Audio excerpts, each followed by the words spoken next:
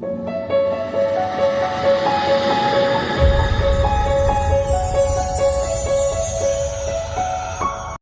बच्चों, class 10th मेरे YouTube channel physics inside by Arvind Chauhan में आपका एक बार फिर से स्वागत है। और आज की हमारी जो टॉपिक है वह है गोली दर्पण से प्रतिबिंब बनने के नियम। यानी कि यदि आपको किसी भी गोली दर्पण यानी चाहे उत्तल दर्पण हो चाहे अवतल दर्पण हो, अगर आपको किसी उसके सामने रखी किसी वस्तु के प्रतिबिंब को बनाना है तो उसका प्रतिबिंब कहां पर बनेगा, तो इसके लिए आपको बिल्कुल कुछ जो नियम बने हुए हैं आपको उन नियमों को जान लेना बहुत ही आवश्यक है। यदि आप उन नियमों का फॉलो करते हैं, उन नियमों को यदि आप फॉलो करते हैं तो निश्चय ही कहीं पर भी दर्पण के सामने यदि कहीं पर भी वस्तु रखी है तो आप बहुत आसानी से उसके इमेज को ड्रा कर सकते हैं कि उसका प्रतिबिंब कहां पर बनेगा। यानी कि दर्पण के सामने किसी वस्तु को हम कहां रखेंगे तो उसका प्रतिबिंब कहां पर बनेगा। तो चलिए सबसे पहले हम उस नियमों को जान लेते हैं, फिर इसके बाद से हम अगली वीडियो में यह जानेंगे कि हम अवतल दर्पण के सामने या फिर उत्तल दर्पण के सामने किसी वस्तु को कहां कहां पर रख सकते हैं, फिर उसके बाद उसका प्रतिबिंब कहां कहां पर बनेगा। तो सबसे पहला जो हम लोग का नियम है,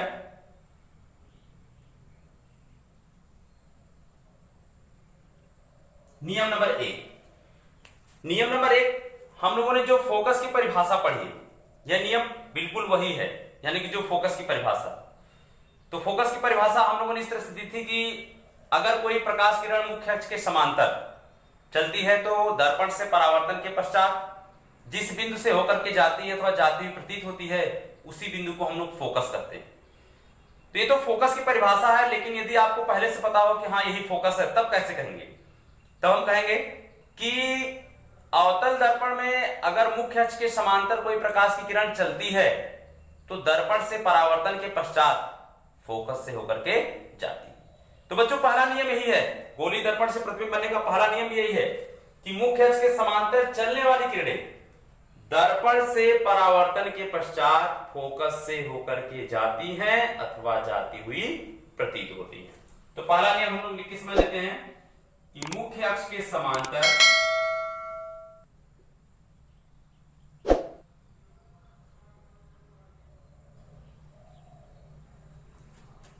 चलने वाली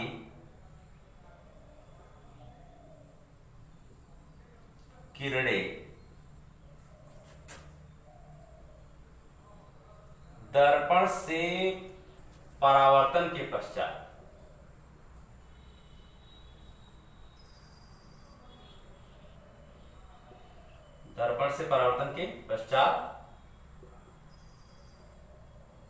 फोकस से होकर जाती हैं अथवा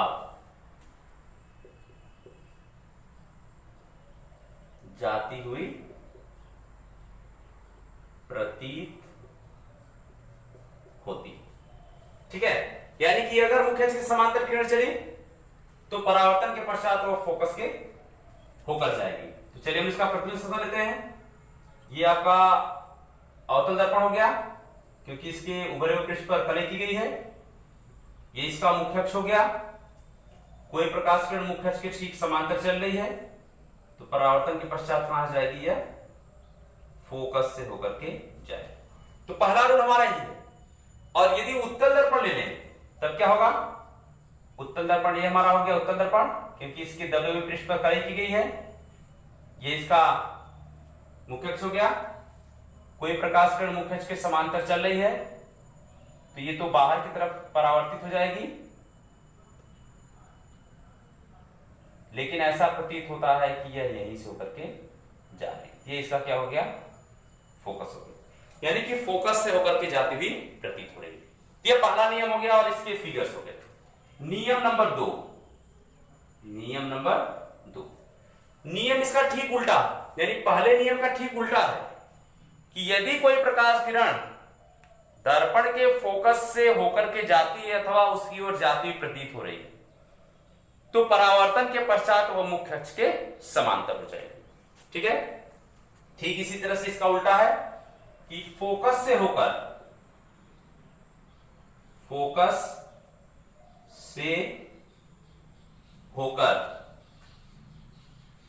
चलने वाली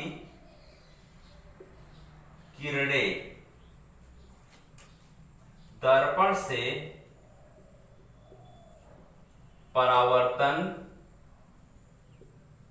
के पश्चात, दर्पण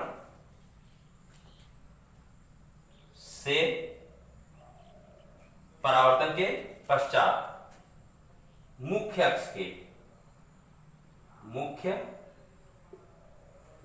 अक्ष के समांतर हो जाती है। यानी कि अगर फोकस से ही होकर के चले किरणें तो वह मुख्य अक्ष के समांतर हो जाए। चलिए फिगर से समझ लेते हैं। ये हमारा हो गया अवतल दर्पण, ये हो गया इसका मुख्य अक्ष। अगर हम क्या कर दें कि इसके फोकस से होकर लेके चले, इसके फोकस से हमने मान लिया ये मुख्य अक्ष के क्या हो जाएगी, ठीक समांतर जाएगी। इसी तरह से अगर उत्तल दर्पण ले लें तब क्या होगा, ये उत्तल दर्पण हमने ले लिया, ये इसका मुख्य अक्ष हो गया। तो अगर कोई किरण फोकस यानी कि फोकस की तरफ जाती हुई प्रतीत हो, ये इसका फोकस है, तो ये मुख्य अक्ष क्या हो जाएगा, समांतर हो जाएगा। ये दो नियम हमने समझ लिया। अब नियम नंबर 3, वक्रता केंद्र से चलने वाली प्रकाश किरणें या वक्रता केंद्र से होकर के जाने वाली प्रकाश किरणें दर्पण से परावर्तन के पश्चात उसी मार्ग का अनुसरण करते हुए वापस चली जाती है। ये हो जाएगा वक्रता केंद्र से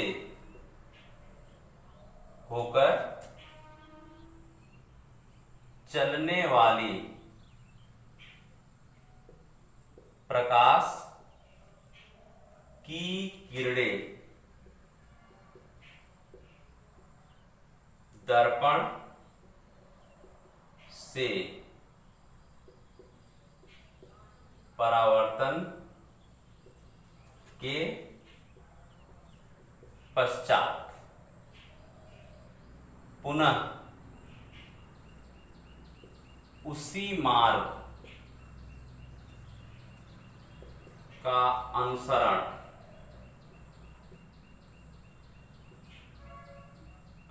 करते हुए वापस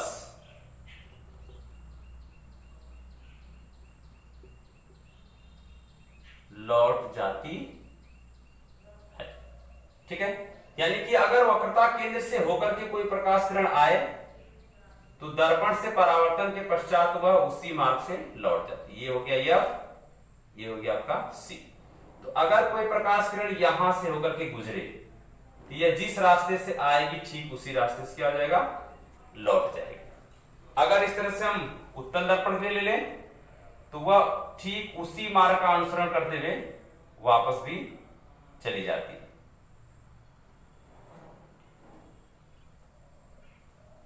ये इसका वक्रता केंद्र हो गया। ठीक है, जो नियम नंबर 4 है, नियम नंबर 4, नियम नंबर 4 क्या है कि अगर कोई प्रकाश किरण ध्रुव पर ही आपतित हो जाए, वो भी तिरछी, तो वह जिस कोण पर आपतित होगी ठीक उसी कोण पर परावर्तित भी होगी। यानी कह सकते हैं कि यह परावर्तन के नियम का पालन करते हुए जाएगी। ठीक है, तो ध्रुव पर तिरछी आपतित किरण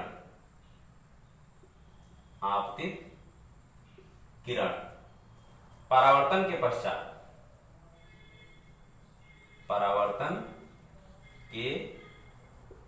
पश्चात ठीक उसी कोण का, परावर्तन के पश्चात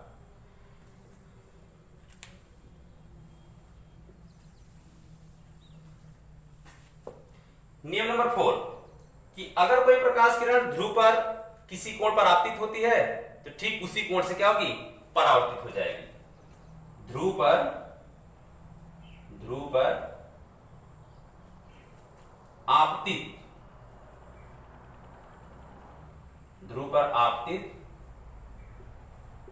प्रकाश किरण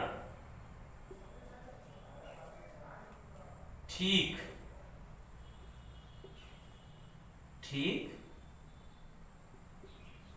उसी कोण से परावर्तित हो जाती है, यानी जिस कोण पर आएगी ठीक उसी कोण पर जाएगी। जैसे एग्जाम्पल हम ले लेते हैं, यह मान लीजिए कि ये जो कोण यहां पर बनाते हुए प्रकाश किरण आएगी ठीक उसी कोण को बनाते हुए यहां से जाएगी, यानी कि यह कोण अगर हम आई मान लेते हैं तो यह कोण क्या हो जाएगा आ। इसी तरह से अगर उत्तल दर्पण है तब उत्तल दर्पण भी ठीक ही होगा, जिस कोण से आएगी ठीक उसी कोण से जाएगी। ठीक है, तो ये चारों नियमों को यदि आप ध्यान से समझ लिए हैं तो चाहे उत्तल दर्पण हो चाहे अवतल दर्पण हो, आपको उसके सामने रखी हुई वस्तु के प्रतिबिंब को बनाने में किसी प्रकार कोई समस्या नहीं होने वाली। बच्चों, अगली वीडियो में हम लोग उत्तल दर्पण और अवतल दर्पण के सामने किसी भी स्थिति में रखी हुई वस्तु के प्रतिबिंब की स्थिति, उसके आकार आदि के संबंध में हम लोग जानेंगे। ठीक है, आप इसको अच्छी तरह से इसको प्रिपेयर कर लीजिए। अगर आप इसे प्रिपेयर कर लेते हैं तो कहीं ना कहीं आपको आने वाली जो टॉपिक्स हैं वो बहुत आसानी से समझ में आ जाएंगी। आप अगर मेरे चैनल पर नए हैं तो बिल्कुल इसे लाइक करिए, सब्सक्राइब करिए और अपने दोस्तों को भी शेयर करिए।